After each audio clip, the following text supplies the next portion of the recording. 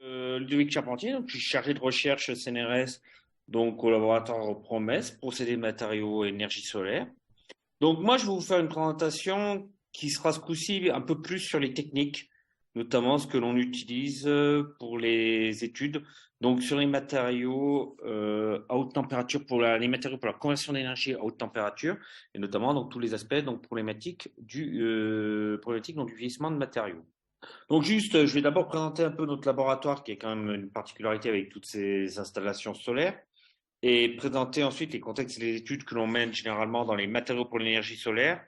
Et je me suis surtout, donc en fait, finalement, pour tenir le temps, je me suis surtout focalisé ensuite sur un exemple d'étude sur les matériaux ce que l'on a fait récemment dans le cadre d'un projet ENER sur les matériaux à revêtement céramique. Donc d'abord, je vais vous présenter le laboratoire donc procédé matériaux énergie solaire. Alors la particularité de notre laboratoire, c'est qu'il est en fait sur 3 sites. Hop, attendez, je vais essayer de réduire si je peux. Ah, je suis un peu embêté à côté pour réduire mes bannières. Voilà, c'est ça. Je voulais faire. Voilà. Excusez-moi. C'est un peu le problème quand on fait des présentations Zoom, c'est qu'on est des fois, on est des fois perturbé par ce qu'il y a à côté. Donc voilà, donc notre laboratoire, si vous voulez, donc il est localisé en fait sur 3 sites. Nous avons un site à Perpignan, sur le site de TechnoSud, qui est à proximité de l'université de Perpignan, et nous avons surtout donc 2 sites en altitude. Le four solaire d'Odeyo, notamment le type le plus spécifique, avec donc le grand four solaire de 1 mégawatt. Et à quelques kilomètres, nous avons également, nous avons des équipes de recherche sur le site de Thémis, qui est un site géré par le département, mais sur lequel nous avons des équipes. Vous voyez la carte de France, en fait, c'est une carte donc de l'irradiance solaire à la surface de la France. Vous comprendrez aisément la raison de notre localisation en montagne, c'est que nous sommes dans une région qui est particulièrement ensoleillée, particulièrement sèche, en altitude, avec une atmosphère d'une très grande pureté, donc pour favoriser donc l'emploi donc d'énergie solaire concentrée avec une puissance importante. Il y a 150 personnes en fait qui travaillent sur l'ensemble du laboratoire, donc 87 permanents. On en a à peu près en fait 50 à Odeyo et une centaine à Perpignan. Au niveau effectif, donc 50 chercheurs, enseignants-chercheurs, 37 IT à Biat, 55 doctorants, postdoctorants à terre, et puis bon, le reste, donc des masters, des CDD, des stagiaires.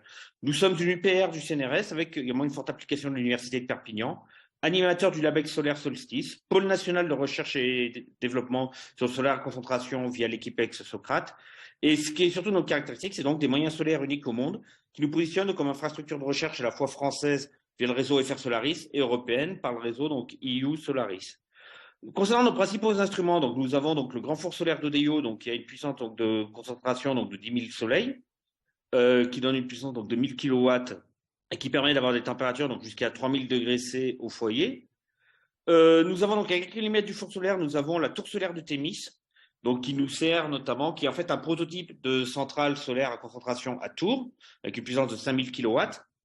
Nous avons également, à côté du laboratoire, ici, on voit peut-être les concentrateurs, donc cylindro-paraboliques. En fait, il y a 3 concentrateurs cylindro-paraboliques de la microcentrale solaire microsolaire. Donc, c'est une petite échelle donc de centrale solaire cylindro-parabolique, donc concentration, mais ce qui permet de faire des études, notamment pour le stockage thermocline sur des cycles donc Rankine organique à huile. Et nous avons donc à l'arrière du bâtiment, notamment, nous avons plusieurs fours solaires à très haute concentration de 16 mégawatts par mètre carré avec une température jusqu'à 3500 degrés C, puissance de 1 à 6 kilowatts. Il faut savoir que alors le four solaire, en fait, il a été construit, en fait, les travaux de construction ont été finalisés en 1969. À partir, les paraboles que vous voyez là, elles avaient été récupérées donc par Félix Trombe sur le site de Meudon-Bellevue. C'était des prises de guerre de l'armée allemande. C'était des paraboles qui servaient à éclairer donc les avions alliés. Et nous avons donc Félix Trombe a eu l'idée de les utiliser en sens inverse, donc pour des concentrateurs, pour des caractérisations donc de matériaux sous haute température. Donc vous avez ces exemples de paraboles et nous avons donc des réacteurs, des enceintes amovibles, enceintes et réacteurs équipés amovibles que l'on peut amener donc au foyer de ces paraboles, donc pour utiliser l'énergie solaire concentrée pour caractériser nos matériaux. Donc concernant nos thématiques de recherche dans le laboratoire, donc moi je travaille au sein d'une thématique matériaux donc pour l'énergie et l'espace, notamment sur ce qui est donc les comportements en conditions extrêmes de matériaux, donc mécanique, thermique, optique, également interaction, oxydation, corrosion. Sachant que le domaine des matériaux, donc on a une forte application énergie solaire, mais pas seulement. Ouais.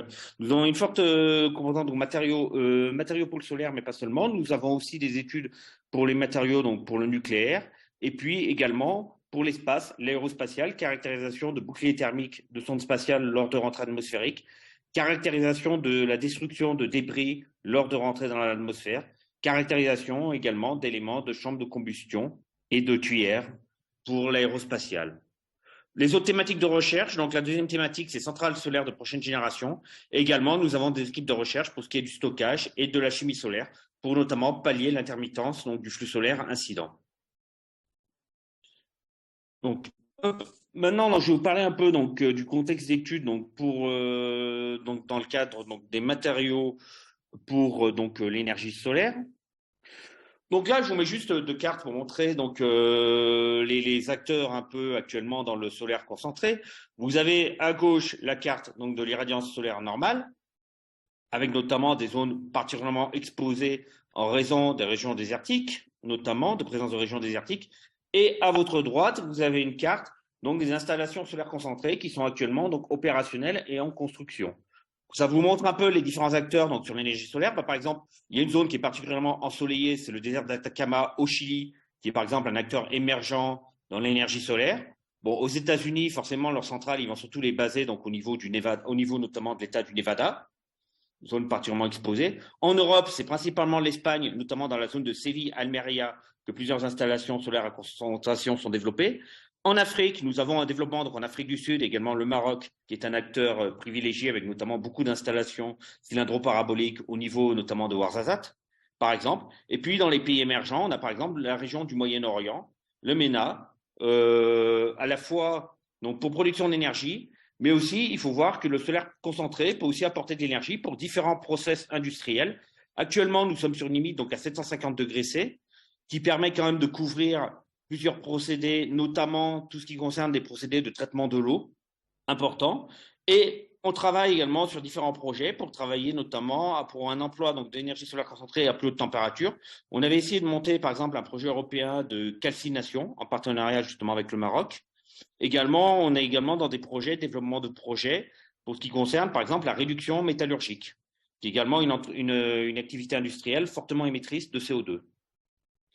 Donc, principalement, le verrou que nous avons au niveau température, notamment dans les systèmes à tour, c'est que notre température maximale, en fait, est limitée notamment par la température maximale des matériaux utilisés comme récepteurs, à cause de limites mécaniques, fragilisation fluage. Et également, ce qu'il faut voir, c'est que l'oxydation peut entraîner une dégradation des propriétés radiatives du matériau que nous utilisons à cause de la croissance de couches d'oxyde. Donc souvent, amener un caloporteur gaz à plus de 1000 degrés Celsius requiert un chauffage complémentaire par énergie fossile ou biomasse. Ce que l'on voit notamment sur la figure en bas, par exemple, c'est que pour une contrainte de 100 mégapascales, si on veut des matériaux qui tiennent plus de 100 000 heures d'utilisation, concernant les inconels, ils ne peuvent pas travailler généralement à des températures supérieures à 800 degrés Celsius pour tenir ces 100 000 heures de travail sans rupture. Donc, généralement, le problème que l'on a dans le solaire, c'est que souvent, les matériaux qu'on expose des flux solaires concentrés sont soumis à des montées et descentes rapides. On est supérieur à 10 Kelvin seconde, donc c'est beaucoup plus élevé encore que les rampes que vous avez dans les dispositifs classiques de four résistif ou d'ATG, sachant que c'est des oscillations en température ambiante et des températures de travail qui, idéalement, seraient autour de 1000 degrés C, avec des soucis de rupture mécanique et de fluage. Pour travailler à de telles températures, on est obligé de passer en fait par des voies céramiques, UHTC. Et par exemple, on avait travaillé sur des échantillons carbure de zirconium avec additif TaSi2 dans le cadre de l'ISTEC. On avait observé par exemple à 2000 K, exposition au flux solaire, on avait une rupture liée notamment à la présence d'un défaut lors du frittage du matériau. Un autre exemple, c'est des alliages métalliques réfractaires haute température, fer, chrome, aluminium, molybdène. Pour réduire l'oxydation, nous avons appliqué un revêtement céramique par CVD haute température d'ALN. Et en fait, après 4 cycles effectués à 1400 Kelvin, nous voyons la propagation de fissures à travers le revêtement. Donc un endommagement du revêtement qui commence à apparaître. Un autre exemple, enfin un dernier exemple, c'est du carbure de tantale que nous avions étudié. Donc sous air, on était à 1075 Kelvin seulement. Et après 20 minutes de traitement au four solaire sous air, on a vu la croissance importante d'une couche d'oxyde de tantale. Et en fait, lors du refroidissement, cet oxyde s'est complètement fragmenté. Une grosse partie a éclaté. Il reste juste une petite part d'oxyde à la surface du matériau. Et donc, à cause en fait de la différence de coefficient d'expansion thermique entre le substrat et la couche d'oxyde, nous avons eu donc éclatement de cette couche. Donc, c'est l'exemple d'endommagement mécanique que l'on peut avoir en lien avec l'oxydation. L'autre importance, donc je vous l'ai dit, dans nos études, nous avons une importance en fait des propriétés radiatives. Également, ce que l'on cherche, c'est des matériaux qui puissent absorber le maximum du flux solaire incident, qui est ici tracé en noir, et avec donc pour pouvoir transmettre le maximum de chaleur au fluide caloporteur, il faut qu'il limite les pertes thermiques, et à plus de 1000 degrés C, les pertes thermiques vont avoir essentiellement lieu des pertes radiatives. Donc l'idéal, bon, c'est sûr qu'on ne peut pas supprimer complètement ces pertes radiatives, parce que comme on montre les courbes, rouge et bleu, donc rouge à 1000 Kelvin, et bleu, c'est l'émittance du corps noir à 1500 Kelvin, on a en fait un chevauchement entre émittance du corps noir et spectre solaire incident. Donc, idéalement, le matériau idéal sera un matériau qui puisse avoir une émissivité spectrale de 1 dans le domaine du spectre solaire afin d'absorber au maximum, le maximum possible le spectre solaire incident, et de 0 au-delà pour avoir la plus faible émittance, émittance possible, les plus faibles pertes de chaleur par rayonnement. Donc, afin donc, de favoriser l'absorptivité solaire et de diminuer donc l'émissivité totale du matériau. Alors, par exemple, bon, les études, j'avais présenté des études qu'on avait faites sur carbure de tantale. Donc, le problème du carbure de tantale, c'est qu'en fait, il a vraiment de très bonnes propriétés. Le carbure de tantale a une très bonne sélectivité spectrale, une très faible réflectivité donc dans le domaine visible, proche infrarouge, dans le domaine du spectre solaire. Donc, inversement, l'émissivité, inversement, pardon, la réflectivité, une très bonne absorptivité donc du flux solaire incident. Et dans l'infrarouge, une réflectivité élevée, qui veut donc dire une très faible émissivité donc dans l'infrarouge. Le problème, c'est qu'une fois oxydé, ce matériau perd ses qualités intéressantes à cause de la croissance d'une couche de Ta2O5. Là, vous avez en bleu la courbe donc d'un TAC, mais il a été oxydé cette fois-ci donc sous hélium, pas sous air, mais sous hélium, contrairement au précédent, à 1075 Kelvin. Mais l'hélium que nous utilisons a 2 ppm d'oxygène, suffisant pour faire croître une fine couche d'oxyde donc à la surface de notre matériau. Et cette couche d'oxyde sur le TAC suffit à faire monter donc la réflectivité du matériau dans le domaine donc du spectre solaire, donc à diminuer l'absorptivité, et à faire chuter la réflectivité, donc augmenter l'émissivité du matériau dans le domaine de l'infrarouge. Donc c'est un exemple vraiment de matériau où on voit que l'oxydation est très impactante donc sur les propriétés radiatives et donc sur ses propriétés de conversion d'énergie solaire. Alors l'idéal, ce serait d'avoir des matériaux dont les propriétés se dégradent très peu avec l'oxydation. Pour cela, il faudrait des matériaux avec une oxydation protectrice. L'oxydation protectrice, c'est-à-dire la croissance d'une couche d'oxyde solide tellement compacte que la diffusion d'oxygène en fait est ralentie par la présence de cette couche d'oxyde. Et donc, on aurait donc une cinétique d'oxydation traduite par un gain en masse ou par une variation d'épaisseur qui serait proportionnelle à la racine carrée du temps, voire même avec des exposants même parfois inférieurs à 0,5. Pour cela, il y a principalement trois familles d'oxydes qui peuvent avoir ce comportement protecteur. C'est l'alumine, la chromine, du moins jusqu'à 1100 degrés C, et la silice.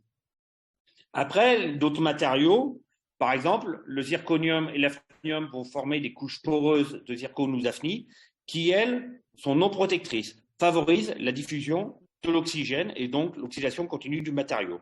On peut aussi avoir des cas mixtes entre les deux, où on a d'abord une couche d'oxyde protectrice, mais en raison de la dégradation de la couche d'oxyde au cours du temps, avec par exemple une fissuration, un endommagement thermomécanique, par exemple, on peut avoir donc fissuration de cette couche d'oxyde protectrice et donc de nouveau un comportement donc linéaire d'oxydation. Enfin, il y a le cas où l'oxyde formé est volatile, avec une forte érosion du matériau. C'est le cas du molybdène qui forme généralement du MeO3 qui est gazeux, donc à 1000 degrés C. Également, le bore peut former donc le B2O3 gazeux.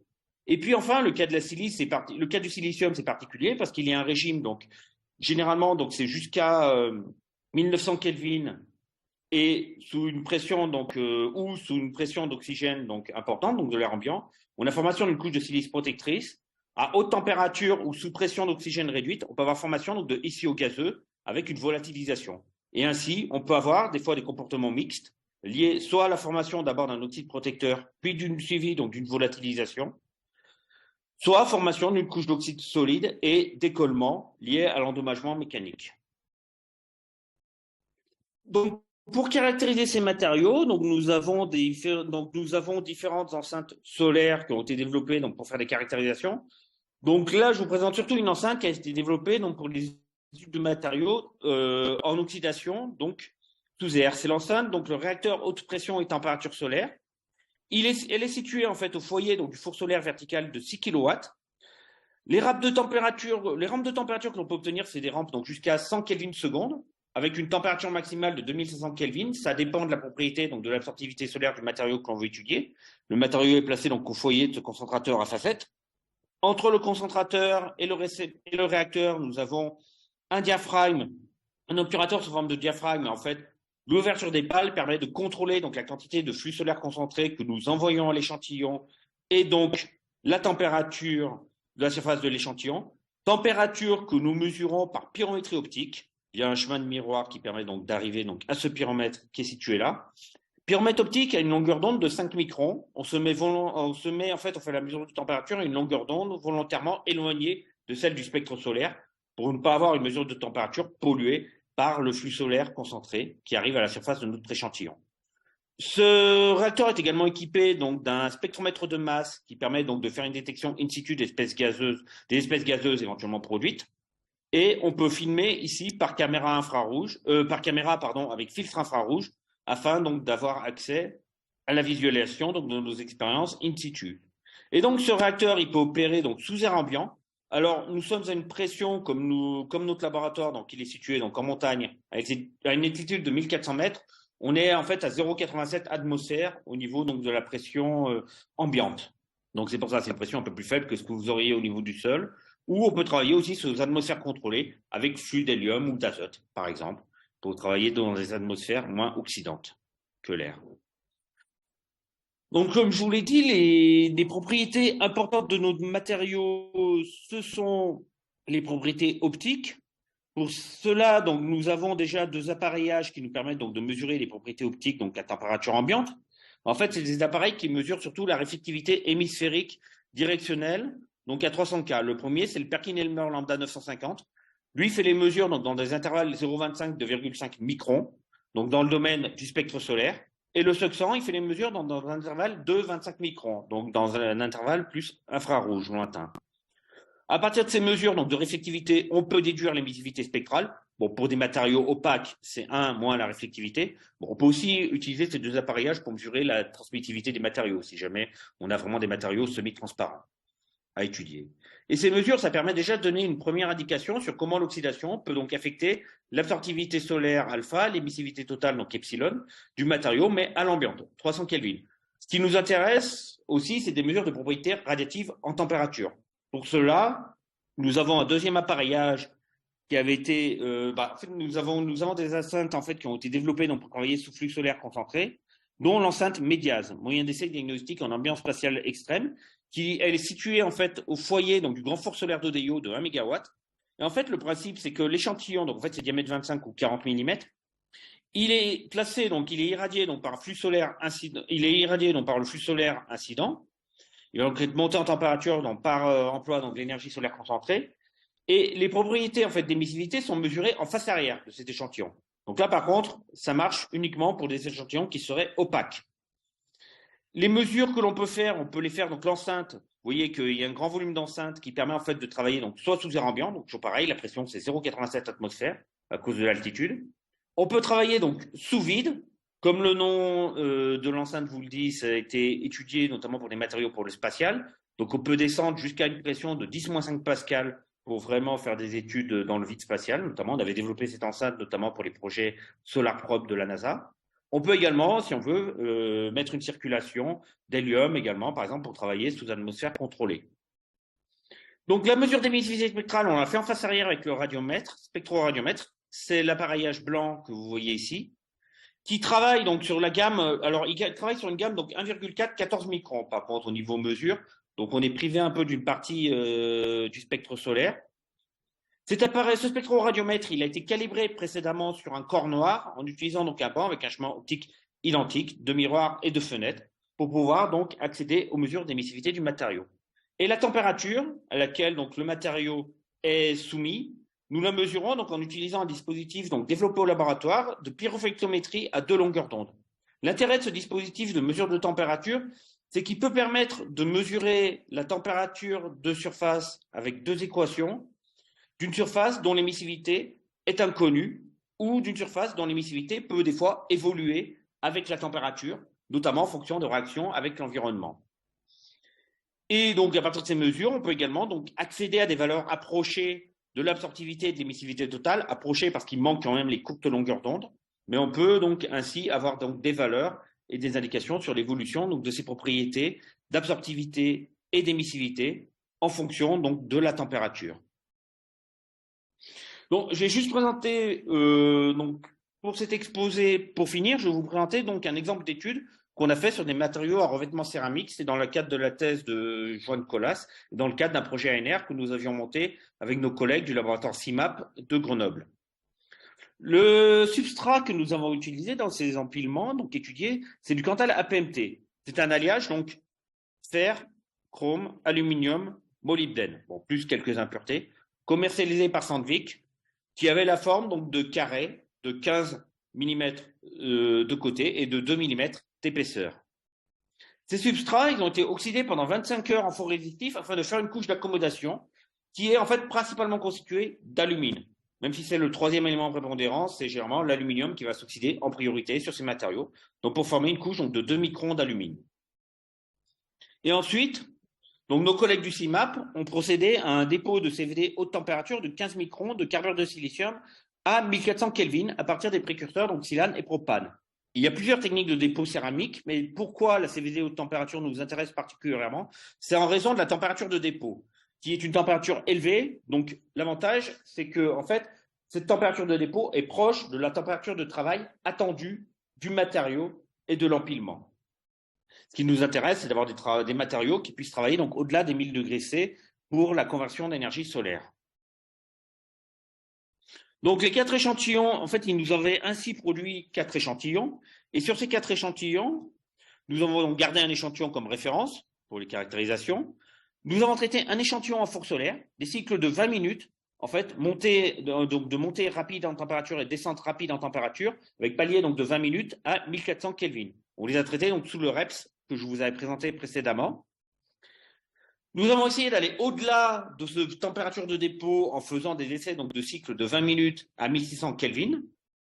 Et enfin, il y a un échantillon, parce que l'intérêt, si vous voulez, c'est aussi de voir, lorsqu'on suit l'endommagement de matériaux, c'est de les tester donc, avec des chocs thermiques. C'était l'intérêt donc, de l'expérience de l'échantillon numéro 1. Et également de les tester donc, sur la durée, plus longue durée, 25 heures. Donc là, on a fait des essais en faux résistif également pendant 25 heures à 1400 Kelvin d'un échantillon donc revêtu SiC pendant une plus longue durée. Afin ainsi, par les deux méthodes, de voir le comportement du matériau en cas de choc thermique et en cas d'oxydation longue durée.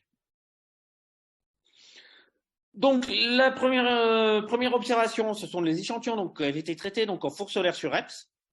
On voit donc les échantillons ont été oxydés. Alors on a une présence effectivement d'une couche de silice brune qui apparaît notamment sur le matériau, en surface du matériau. On voit notamment bien la zone également du foyer, donc du four solaire, à chaque fois qui apparaît, qui se distingue du reste de l'échantillon. Et sur le premier, ce qui est intéressant, c'est qu'à 1400 Kelvin, on a finalement une faible évolution de la masse du matériau au bout de 6 cycles, c'est-à-dire au bout de 2 heures d'essai en tout. On observe une faible perte en masse, alors que normalement c'est une croissance de silice qui est plutôt attendue à cette température et ces conditions-là. Faible perte en masse qui est due probablement à une érosion, à un écaillage, un endommagement du revêtement sur les arêtes de l'échantillon. On voit ici un léger endommagement sur le côté, mais qui n'a rien à voir avec le traitement qu'on a fait à 1600 Kelvin, vu qu'à 1600 Kelvin, au bout d'un seul cycle, on a observé un éclatement complet du revêtement au centre de l'échantillon, avec donc un décollement important et une perte en masse importante liée à cette perte donc, du revêtement. Observation confirmée par nos différentes caractérisations. Donc là, je vous présente par exemple les caractérisations que l'on a fait en microscopie électronique à balayage, couplées donc à de l'EDS afin de détecter les éléments présents à la surface. Bon, l'échantillon de référence, il a une surface, donc on voit bien la surface, donc la surface est cissée, avec une structure caractéristique en chou-fleur. Enfin, dans les publications anglaises, ils disent donc cauliflower. Ce qui est caractéristique en fait de la CVD, donc du carbure de silicium, qui se trouve sous un polytype cubique lors du dépôt CVD. Lorsqu'on a fait l'essai 1, donc je vous rappelle, c'était les 6 cycles à 1400 Kelvin en four solaire. on a une surface légèrement oxydée, avec croissance donc d'une couche d'oxyde. On voit la présence donc d'oxygène par EDS, mais on voit également toujours le carbone, montrant que la couche finalement d'oxyde est assez faible. Pour l'échantillon 2 traité en four solaire à 1600 K, là on a une confirmation du décollement car on voit apparaître l'aluminium. C'est le seul échantillon pour lequel on voit l'aluminium qui vient donc de la présence d'alumine sous le revêtement SiC. Il reste quand même des traces de silicium et de carbone, montrant que bon, il doit y avoir quelques traces donc du revêtement antérieur sur la surface donc de l'échantillon. Et enfin l'échantillon 3, il a été oxydé donc pendant 25 heures.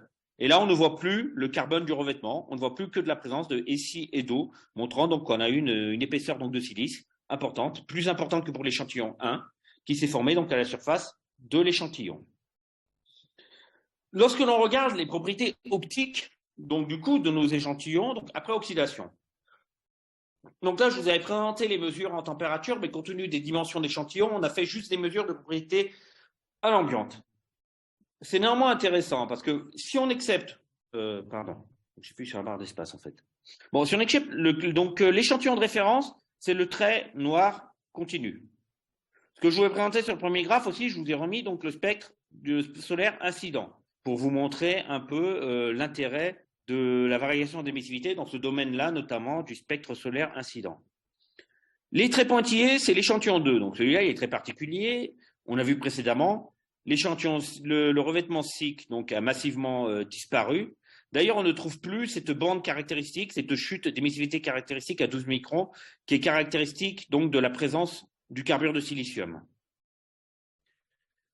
Par rapport donc à notre échantillon de référence, si on regarde maintenant les échantillons 1 et 3 qui ont été donc oxydés donc à 1400 Kelvin et qui ont conservé le revêtement SiC, ce que l'on observe, c'est que généralement, il y a un effet positif de l'oxydation sur l'émissivité spectrale. On a des émissivités qui sont plus élevées, notamment dans le domaine du spectre solaire, par rapport donc à l'échantillon de référence.